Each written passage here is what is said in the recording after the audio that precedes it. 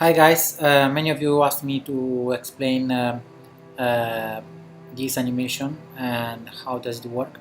I will briefly do that. I won't go too much into the detail because that will require a bigger video to do that.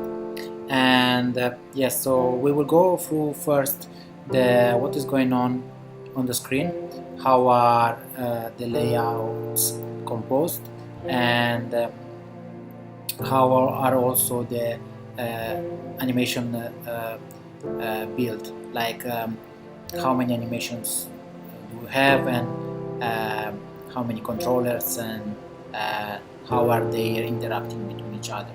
Okay, so first of all, let's start with the UI. So as you can see here, we have three pages which are composed by three images, and the images are modified by Photoshop using a filter that gives a different opacity. And other than the images, we have a background which give us that specific animation of the moving colors and lines. Okay, and we also have different animation here at the bottom. As you can see, when we move from one page to another, this changes color. And also we have another animation here at the bottom. When we start the application, we will have this part here coming inside the view, right? So this first part here with this round corners was built in using Flare and Rive. That is an easy way to do it. I'll probably explain it in another video. The easiest, the other easier animation is here, where these actions are coming inside. This is basically nothing but animation animated positioned, which basically is started with a position of minus right minus 100, for example, and then we animated it to positive value. Then the lines in the background is nothing but an animation built in After Effects, and then using a library called Lottie. And the fact that is animating and then stopping and then animating again, it is controlled by its own animation controller, which we do animate based on the movement of our page view controller. Okay, so let's jump into the code and explain briefly what's going on here. I do have the block. If you are familiar with the block, you will know that there is a way that they communicate the view and the block. I mainly have my my block, which is custom, and they communicate from the page to the block using different classes, like different events. And same for from the block to the page, I'm using the states, which are still different classes and that holds different types of data, which then later are read by the page using builders, stream builders. So basically the stream builders are nothing but listeners to whatever is happening to the streams inside the block. Right, so if you go see here, we will see that in the page we have our page controller, and we have also the tab controller. Tab controller is nothing but a little controller that controls this little animation here. So if you see, when I scroll from one page to another, this dot is changing position. So this is the only thing what he's doing.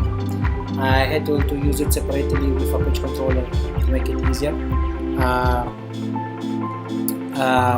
Then we have the page controller, which is basically capturing everything of whatever motion is going on the pages. Based on that, we will have our animation controller, which is basically animating our background, and this one is used in our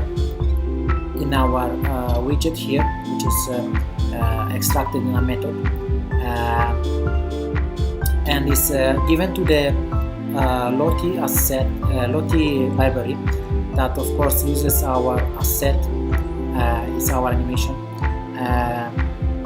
and thanks to this background animation controller, we can regulate how forward and how backward, and what is the type of the curve that the animation should have.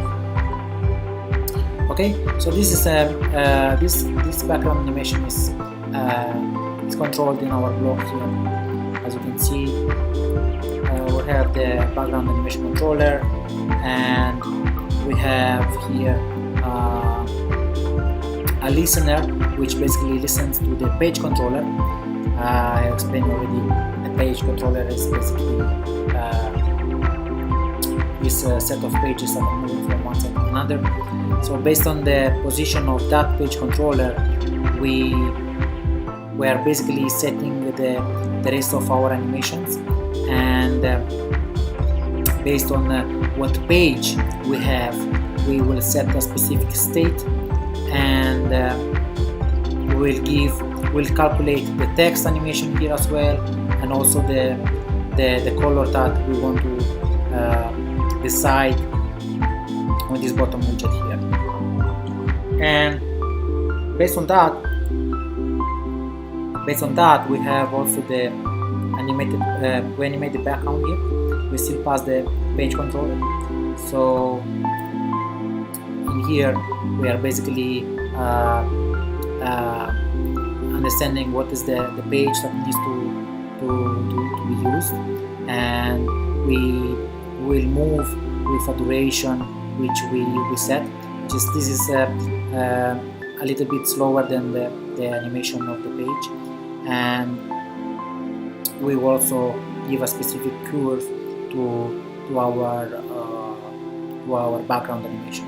So basically, here is where our background animation is controlled, right?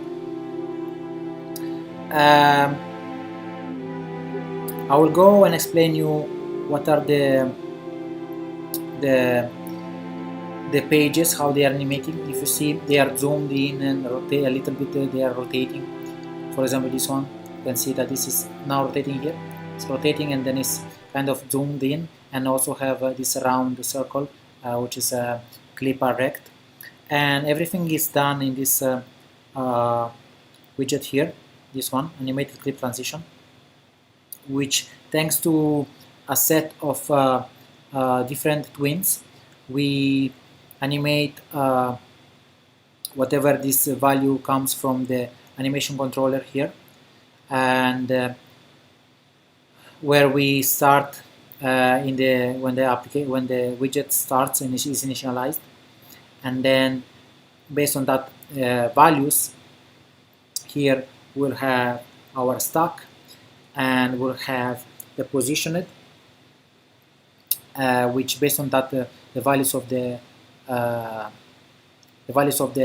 animation controller, we will size the positioned inside its own child, and at the same time the same thing happens with the clip art rect, which still based on the animation values, it will give a specific size, and also we will have here transform rotate, which is basically twisting and rotating the animation slightly, so we can have this nice curve here when it comes inside our page.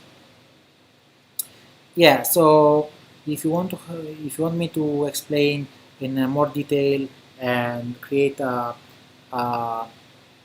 big video, or probably a course on how to do that, please comment in the comments, and will based on how many comments we have, I I will create it, and we'll try to make it clear for you how to create an animation like this. Okay, thank you guys for watching. Like and subscribe. I will try to make other videos like this, and thank you for watching. Bye.